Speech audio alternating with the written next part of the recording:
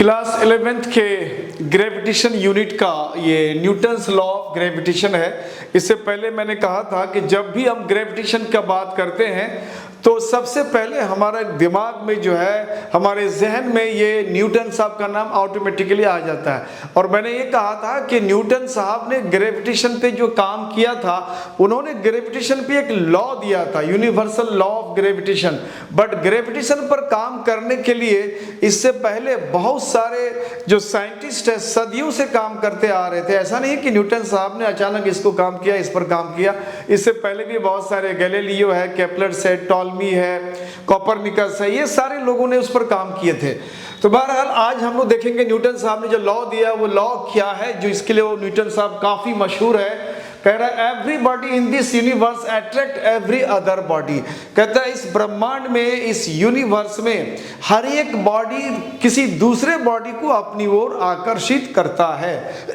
और ये जो आकर्षण का बल है बच्चों, तो कह रहा है which is directly proportional to the product of their masses. यानी जो दो बॉडी आपस में इंटरेक्ट करता है, यानी एक दूसरे को अपनी अपनी ओर आकर्षित करता है, तो कह रहा है कि ये जो आकर्षण फोर्स यानी फोर्स ऑफ अट्रैक्शन का जो मैग्नीट्यूड है, वैल्यू है, वो डिपेंड करता है दोनों के मास के प्रोडक्ट का। यानी दोनों के मास का प्रोडक्ट जितना ज्यादा होगा उतना ज्यादा ये फोर्स ऑफ अट्रैक्शन होगा। And inversely proportional to the square of distance between their centre of mass. कहते हैं उन बॉडी के सेंटर ऑफ मास के बीच जो डिस्टेंस है, उस डिस्टेंस के स्क्वायर का इनवर्सली प्रोपोर्शनल होता है। तो ये आपने इससे पहले भी क्लास 10th में या 9th में आपने इसको पढ़ चुका है, वहाँ बताया जा चुका होगा ग्रेविटेशन के बारे में। लॉ ऑफ ग्रेविटेशन भी वहाँ बताया जा चुका है। जैसे हमने यहाँ कंसिडर करा, यहाँ दो मास है, एक मास है m1 और एक मास हमने ले लिया m2। और दोनों के सेंटर्स के बीच का जो डिस्टेंस है, centre of mass, generally centre बोलना और सेंटर ऑफ मास दोनों में डिफरेंस होता है बच्चों। सेंटर और सेंटर ऑफ मास में क्या है, जैसे मान लिया किसी बॉडी को हमने ले लिया, मान लिया कोई एक बॉडी है, ये स्फेरिकल बॉडी है, और इट में भी कि इसका टोटल मास हो सकता है कि इधर सॉलिड फॉर्म में हो और ये पूरा इधर कॉन्सेंट्रेट हो, और यहाँ पे अंदर से खोखला हो, जिसको हम लोग कहते हैं हॉलो, अंदर में खोखला हो। तो ऐसा नहीं कि इस बॉडी का टोटल मास यहाँ पे सेंटर्ड होगा, इसका मास का सेंटर इधर कहीं खिसक जाएगा। तो इसलिए हम लोग जब भी बोलेंगे सेंटर, तो ज़्यादा बेहतर है कि इसको सेंटर ऑफ मास बोलना ज़्यादा अच्छा रहेगा। तो मान लिया इसका सेंटर ऑफ मास और इसके सेंटर ऑफ मास के बीच का डिस्टेंस ये r है, और इन दोनों के बीच जो फोर्स लग रहा है, यानी इस बॉडी यानी m1 मास पे जो m2 फोर्स लगा रहा है, उस फोर्स को हमने कह दिया F1, और m2 पे जो फोर्स लगा रहा है इसको बोल दिया हमने F2। और ये दोनों फोर्स मैग्नीट्यूड में इक्वल होगा, डायरेक्शन अपोजिट होगा, वो वेक्टर फॉर्म में देखेंगे हम लोग कैसे होता है। तो यहाँ पे न्यूटन साहब ने जो कहा है कि दोनों के बीच जो लगने वाला फोर्स है, दोनों फोर्स को अगर हम F मान लेते हैं तो ये डायरेक्टली प्रोपोर्शनल है दोनों के मास का प्रोडक्ट का, और इनवर्सली प्रोपोर्शनल है उन दोनों के सेंटर ऑफ मास के बीच के दूरी के स्क्वायर का। अब जब इसको हम लोग एक जगह करते हैं, दोनों साइन ऑफ प्रोपोर्शनलिटी को हटा करके एक साथ इसको कंबाइन करते हैं, तो ये हो जाएगा m1 m2 upon r square. और साइन ऑफ प्रोपोर्शनलिटी को हटा के अगर साइन ऑफ इक्वलिटी लाते हैं तो कुछ एक कांस्टेंट हम लोग मल्टीप्लाई कर देते हैं। मान लिया हमने g कांस्टेंट मल्टीप्लाई कर दिया और m1 m2 upon r square. ये जो g आया बच्चों, इस g को हम लोग यूनिवर्सल ग्रेविटेशनल कांस्टेंट कहते हैं। ये जो g है, इस g को हम लोग बोलते हैं यूनिवर्सल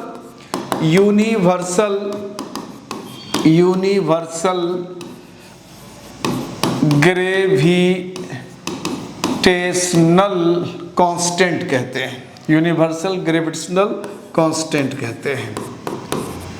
इसका वैल्यू कैवेंडिश लैब में कैवेंडिश साहब ने इसका वैल्यू टॉर्सन पेंडुलम के द्वारा के जरिए इसको एक्सपेरिमेंट करके उन्होंने अलग अलग बॉडीज पर उन्होंने काम कर उसका वैल्यू निकाला है। और ये वैल्यू होता है 6.67 इंटू 10 पावर -11, ये वैल्यू हो गया, और यूनिट हो जाएगा न्यूटन मीटर स्क्वायर पर केजी स्क्वायर, ये उसका यूनिट हो गया। तो ये ग्रेविटेशनल कांस्टेंट कैपिटल जी से हम लोग रिप्रेजेंट करते हैं, उसका ये वैल्यू आता है कैवेंडिश लैब में टॉर्सन पेंडुलम से ये वैल्यू निकाला जाता है। वो आपके सिलेबस में नहीं है, आपके सिलेबस में यहीं तक इसको जानना है। तो अब हम लोग देखते हैं ये जो न्यूटन साहब ने ये जो लॉ दिया, जिसको हम लॉ ऑफ ग्रेविटेशन या यूनिवर्सल लॉ ऑफ ग्रेविटेशन कहते हैं, जिसकी वजह कर न्यूटन साहब बहुत ज़्यादा मशहूर है। न्यूटन साहब दो चीज़ के लिए ज़्यादा मशहूर है, ऐसा नहीं है कि दो ही चीज़ उन्होंने इन्वेंट किया उस पर काम किया, उन्होंने मैथ्स में फिजिक्स में बहुत सारा काम किया है, लेकिन ज़्यादातर मशहूर है वो न्यूटन्स का जो लॉज ऑफ मोशन है वहाँ पे ज़्यादा मशहूर है, उस नाम से जाने जाते हैं। और न्यूटन्स जो लॉ ऑफ ग्रेविटेशन है, यूनिवर्सल ग्रेविटेशनल लॉ, इसके लिए भी मशहूर है। तो अगला हमारा है ये जो न्यूटन साहब ने जो लॉ दिया उसको वेक्टर फॉर्म में हम लोग कैसे रिप्रेजेंट करते हैं। तो इसको हम लोग इसको वेक्टर फॉर्म में देख रहे हैं। जैसे हमने मान लिया यहाँ पे एक बॉडी यहाँ है, इस बॉडी का मास हमने ले लिया m1 और एक बॉडी छोटा सा यहाँ ले लिया, इसका मास ले लिया m2। अब इस बॉडी का जो सेंटर ऑफ दोनों बॉडीज के बीच जो सेंटर ऑफ मास है, सेंटर ऑफ मासेस की दूरी जो है, डिस्टेंस जो है, उसको हम लोगों ने यहाँ डिस्प्लेसमेंट फॉर्म में देखा है, क्योंकि हम अभी वेक्टर फॉर्म में बात करेंगे। देखो बच्चों, डिस्टेंस अगर मान लो किसी दो पॉइंट्स के बीच का अगर डिस्टेंस है, नॉर्मली हम लोग ये लिखते हैं डिस्टेंस है दोनों के बीच का r, लेकिन अब जब इसको डिस्प्लेसमेंट बोलेंगे तो फिर डायरेक्शन को हम लोग रिप्रेजेंट करते हैं, बोलते हैं from A to B, from A to B. तो ये r नहीं बल्कि आप वेक्टर r में आ जाता है। तो आप इस डिस्टेंस को हम लोग नॉर्मली डिस्टेंस नहीं कह सकते हैं, इसको हम लोग डिस्प्लेसमेंट कहते हैं, जो कि एक वेक्टर क्वांटिटी है। क्योंकि यहाँ वेक्टर की बात हो रही है तो इसलिए हम लोग यहाँ डिस्प्लेसमेंट की बात करेंगे।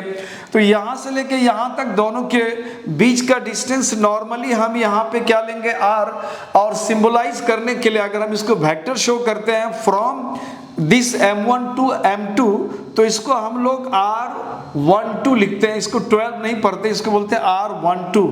अब ये जो वैल्यू है ये हमारा डिस्प्लेसमेंट हो गया, displacement between centre of masses. दोनों जो मासेस है, दोनों मास के बीच के सेंटर्स का जो डिस्प्लेसमेंट है ये है, और डायरेक्शन बता रहा है कि m1 से ये m2 की तरफ है। अब अगर यहाँ पे r12 में अगर हम कैप लगा देंगे तो ये कैप क्या हो गया, ये डायरेक्शन सिर्फ बताएगा, ये डिस्प्लेसमेंट नहीं बताएगा कि यहाँ से यहाँ कितना है, ये सिर्फ आपको डायरेक्शन बताएगा कि फोर्स का डायरेक्शन इधर से उधर की तरफ है। सिमिलरली अगर हम इधर से इधर की तरफ डिस्प्लेसमेंट की बात करेंगे तो बोलेंगे फ्रॉम m2 टू m1, तो हम लोग इसको सिंबल में 2 1 लिखते हैं और इसको लिखते हैं हम लोग वेक्टर फॉर्म में, and this is displacement from m2 to m1। This is displacement, या डिस्प्लेसमेंट है, विस्थापन है। अब इसको अगर हम लोग कैप लगा देंगे इस तरह से, तो जब ये कैप लग जाएगा, यूनिट वेक्टर जिसको कहते हैं हम लोग, तो ये सिंपली डायरेक्शन बता रहा है कि इस फोर्स का डायरेक्शन इधर से इधर की तरफ है। तो ये टर्म है जिसमें हम लोग इस्तेमाल अक्सर करते हैं फिजिक्स में, और आप इसको वेक्टर में पढ़ चुके होंगे, वहाँ आप जाके देख सकते हो। मेरा जो वेक्टर का क्लासेस है वो सारे क्लासेस मैंने शॉर्ट लिंक कर अपलोड कर रखा है, और काफ़ी इल्यूसिव है, बहुत ही एग्जॉस्टिव फॉर्म में हमने सारा चीज़ को दे रखा है, कुछ उसमें छूटा नहीं, जाके आप उसको देख सकते हो। तो ये दोनों के बीच जो फोर्स लगना है, जैसे हमने कहा कि यहाँ हमने सिंपली यहाँ F12 कर दिया। F12 का मतलब हो गया इस m1 बॉडी पे ये m2 बॉडी फोर्स लग रहा है, इसको बोलते हैं force on m1 by m2। तो अब ये क्या हो जाएगा, ग्रेविटेशनल कांस्टेंट हो जाएगा, उसके बाद product of masses m1 m2 हो जाएगा, एंड डिवाइडेड अपॉन डिस्टेंस। तो दोनों के सेंटर ऑफ मास के बीच का डिस्टेंस की अगर हम बात करें तो डिस्टेंस को अगर सिंपली जैसे हमने कहा कि r12 ये एक वेक्टर है, उसके बाद r21 ये भी एक वेक्टर है, डिस्प्लेसमेंट है, डायरेक्शन बता रहा है। अगर इन दोनों को अगर हम मोड लगा दिया तो ये दोनों वैल्यू इक्वल हो जाएगा। अब डायरेक्शन खत्म हो गया, अब सिंपली दोनों के बीच का डिस्टेंस होगा। तो डिस्टेंस आ गया, और इस डिस्टेंस को हम लोग सिंबल में कुछ देर के लिए मान लेते हैं r। तो इस r डिस्टेंस का स्क्वायर हो जाएगा r²। लेकिन चूंकि आपने इसको वेक्टर फॉर्म में रखा है, डायरेक्शन दिया है कि फोर्स का डायरेक्शन m1 से m2 की तरफ है, तो यहाँ पे आपको यूनिट वेक्टर से इस पूरे वैल्यू को मल्टीप्लाई कर देना है। तो हम लोग यूनिट वेक्टर कौन सा लेंगे, तो बोलेंगे 1 2 फ्रॉम m1 टू m2, यानी 1 2 2 ये डायरेक्शन है, और यहाँ कैप लगा दिया तो ये पूरा वेक्टर क्वांटिटी बन गया। इसका डायरेक्शन बता रहा है कि इधर से इधर की तरफ है।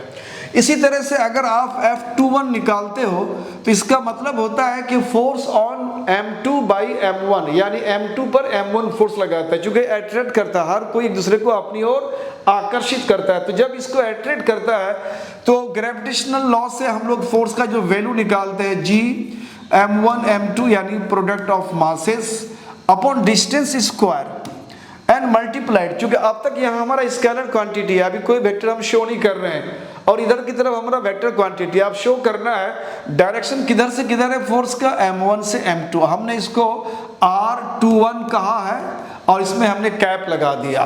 तो ये कैप का मतलब हो गया कि डायरेक्शन अब पलट गया, इधर से इधर की तरफ है। अब इसको थोड़ा सा अगर हम लोग इस तरह से चेंज करें, जैसे मान लिया कि G M1 M2 कर दिया upon distance square R square, इसके डायरेक्शन को अगर हम चेंज कर दें यानी R12 कर दें तो यहाँ पे माइनस लग जाएगा। जब किसी भी वेक्टर को यू टर्न दोगे तो उसका मैग्नीट्यूड चेंज नहीं होता है, उसके साथ डायरेक्शन जब पलट जाता है तो उसका साइन को चेंज कर देना होता है। अगर पहले से पॉजिटिव वेक्टर है तो डायरेक्शन नेगेटिव कर दो, और पहले से नेगेटिव है तो डायरेक्शन को पॉजिटिव कर दो अगर यू टर्न देते हो तो हमने इसको जस्ट पलट दिया डायरेक्शन। अब ये क्या था 2 2 1, अब इसको हमने 1 2 2 कर दिया।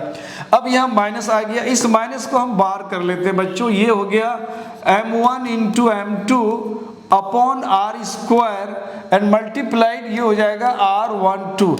अब आप इस वैल्यू को आप देखो गौर से तो आपको समझ में आएगा कि वैल्यू कहाँ से आया है। देखो यहाँ पे, अब इस वैल्यू को हम लोग यहाँ से इस चीज को यहाँ से यहाँ तक इसको ध्यान दें तो आप समझ में आएगा कि ये वैल्यू कहाँ से लिया गया है। तो आप देखोगे ये वैल्यू और ये वैल्यू दोनों सेम है। आप मिला के देख लो, दोनों वैल्यू सेम है। G M1 M2 अपन R स्क्वायर यहाँ भी R12 कैप R12 कैप यहाँ भी है। इसका मतलब है इस वैल्यू को हम क्या बोलेंगे, माइनस तो ऑलरेडी है, इस वैल्यू को हम क्या बोलेंगे F12 बोलेंगे, F12। इसका मतलब फाइनली जो वैल्यू आया हमारा वो क्या आया, तो फाइनली जो वैल्यू आया को इस तरह से आया, यानी F21 जो है ये इक्वल टू माइनस F12 का हो गया। यानी ये शो करता है कि ये दोनों बॉडी जो फोर्स लगाता है उसका मैग्नीट्यूड इक्वल है, मैग्नीट्यूड फर्क नहीं है, मैग्नीट्यूड इक्वल है लेकिन डायरेक्शन अपोजिट है। ये माइनस साइन बताता है कि डायरेक्शन एक दूसरे के बिल्कुल अपोजिट है। तो ये हुआ vector form of Newton's law of gravitation. अब हम लोग इसका कैरेक्टरिस्टिक की बात करते हैं। कैरेक्टरिस्टिक का मतलब होता है ग्रेविटेशनल लॉ जो होता है, यानी इसको हम लोग यूनिवर्सल क्यों देते हैं, इसके पीछे कुछ कैरेक्टरिस्टिक तो है, कुछ गुण है जिसके वजह कर इसको हम लोग यूनिवर्सल बोलते हैं। क्यों बोलते हैं, तो इसके लिए कुछ चीज है हम लोगों का। वो चीज क्या है, जैसे हमने कहा कि कैरेक्टरिस्टिक जब हम ग्रेविटेशनल फोर्स की बात करते हैं तो कुछ यूनिक है और चीज़ों से और फोर्स से, और जो फोर्सेस लगता है हमारा, जैसे आप चले जाओ मैग्नेटिज्म में तो मैग्नेटिक फोर्स की बात होगी, इलेक्ट्रोस्टैटिक्स में चले जाओ दो चार्ज के बीच की बात होगी, तो यहाँ भी फोर्स की बात हो रही है। तो अब ये फोर्स का स्पेशल कैरेक्टरिस्टिक ये है कि ये independent of shape and size of the body, यानी जो दो बॉडी के बीच जो फोर्स लग रहा है उन दोनों बॉडी का शेप साइज किस तरह का है, क्या वो दोनों बॉडी बिल्कुल सर्कुलर है यानी स्फेरिकल है, क्यूबिकल है या लीनियर है, व्हाट एवर द साइज, दोनों के बीच के जो साइज है बॉडी का साइज से उसका कोई लेना देना नहीं है। हाँ, मास चेंज नहीं होना चाहिए। आप किसी भी बॉडी के साइज को चेंज कर दो, इट डजंट मैटर, कोई फर्क नहीं पड़ेगा, दोनों के बीच के फोर्स का शेप बिगाड़ दो कुछ फर्क नहीं पड़ेगा। हाँ, मास चेंज नहीं होना चाहिए क्योंकि ये फोर्स मास के प्रोडक्ट का डायरेक्टली प्रोपोर्शनल होता है, शेप एंड साइज के नहीं होता है। तो पहला पॉइंट इसका कैरेक्टरिस्टिक में है कि independent of shape and size of the body है। दूसरा कह रहा है independent of nature of the intervening medium, it is very important point. अब आप देखोगे अगर आप इलेक्ट्रोस्टैटिक्स में चले जाओ, दो चार्ज के बीच जो इंटरवेनिंग मीडियम यानी दो चार्ज के बीच अगर कोई चीज, कोई यहाँ पे कोई मीडियम को आप चेंज कर दिया, मान लो कुछ नहीं एयर है, और अगर हम चले जाए स्पेस में, वैक्यूम है, तो एयर या वैक्यूम में दोनों फोर्स लग रहा है दो चार्ज के बीच। अगर हमने इन दोनों के बीच कोई सामान रख दिया, लकड़ी का एक ब्लॉक रख दिया या कोई कंक्रीट वॉल है, एनीथिंग एल्स, यानी दो चार्ज के बीच जो ही आपने कोई माध्यम मीडियम को आप चेंज कर दोगे तो दोनों के बीच लगने वाला फोर्स जो है वो चेंज हो जाता है। उसी तरह से मैग्नेटिक फोर्स में भी वही बात होता है। लेकिन ये ग्रेविटेशनल फोर्स में ये कोई फर्क नहीं पड़ता है, आप दोनों के बीच जो चीज रख दो, नो मैटर, यानी ये जो इंटरवेनिंग मीडियम है उसके नेचर पे कोई डिपेंड नहीं करता, फर्क नहीं पड़ता है। और तीसरा वाइटल पॉइंट है ये सेंट्रल फोर्स है। सेंट्रल फोर्स इसलिए कहते हैं कि दोनों के बीच जो हम डिस्टेंस कवर करते हैं वो सेंटर ऑफ मास के बीच की दूरी लेते हैं, किसी भी बॉडी के बीच की दूरी की बात नहीं करते हम लोग, सेंटर ऑफ मास यानी दोनों बॉडीज के मास का जो सेंटर है, सेंटर ऑफ मास के बीच की दूरी की बात कहते हैं। और दूसरा ये है कि उनकी फोर्स का जो डायरेक्शन है, दोनों के सेंटर ऑफ मास को, जैसे ये बॉडी एक है, दूसरा बॉडी ये है, इनका सेंटर ऑफ मास यहाँ, इसका सेंटर ऑफ मास यहाँ है। अब इन दोनों के बीच ये जो लाइन हमने ड्रॉ किया, ये लाइन जो है दोनों के सेंटर ऑफ मास को मिलाने वाला लाइन है। अब इन दोनों के बीच लगने वाला फोर्स जो होगा इसी लाइन के अलोंग होगा, इसका इस बॉडी को जो अट्रैक्ट करेगा इसी लाइन के अलोंग होगा, यानी दोनों के सेंटर ऑफ मास को मिलाने वाला जो लाइन है, स्ट्रेट लाइन है, उसके ही अलोंग दोनों पर लगने वाला इंडिविजुअल फोर्स एक दूसरे पे जो लगाता है उसका डायरेक्शन उसी लाइन के अलोंग होता है, इसलिए हम लोग इसको सेंट्रल फोर्स कहते हैं। उसके बाद आता है ये कंजर्वेटिव फोर्स है। कंजर्वेटिव फोर्स के बारे में ऑलरेडी आपने वर्क, एनर्जी एंड पावर वाले चैप्टर में आपने देखा होगा। कंजर्वेटिव फोर्स में होता क्या है कि जब किसी बॉडी को कहीं से एक पॉइंट से दूसरे पॉइंट में आप डिस्प्लेस करते हो तो डिस्प्लेस करने का जो पाथ होता है, पाथ का नेचर पे डिपेंड नहीं करता। मान लो इस बॉडी को हमने डायरेक्ट यहाँ से यहाँ लेके आ गया, दूसरा है कि इसको ऐसे घुमाते हुए लेके आया, तीसरा है कि जिगजैग पाथ से होकर के यहाँ लेके आया।